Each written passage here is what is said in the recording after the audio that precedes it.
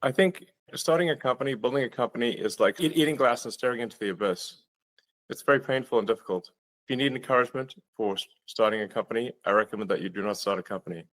That said, the regulations in Europe is overregulated. There are too many rules and regulations that make it very difficult to create a company and do too much to protect large companies at the expense of small to medium-sized companies. The net result is you have a bunch of very small companies in Europe and then a small number of very large companies, but then not much in the middle. So there needs to be a way to go from being a small company, if you're making great products and services, to be able to scale to ultimately become a big company. But you have effectively regulatory capture by the large corporations in Europe.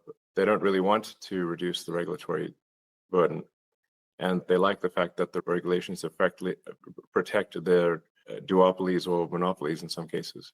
So really, I think it's up to the government to say, no, we have to foster small companies and allow them to compete and reduce regulations, because the regulatory situation in Europe is stifling. And Brussels is amplifying that greatly. So you have both the local regulations, the country regulations, and then you have the EU regulations. There's so many regulations in Europe, it makes it extremely difficult to start a company and be successful. So I think radical deregulation is necessary in Europe. And if that means leaving the EU, it means leaving the EU.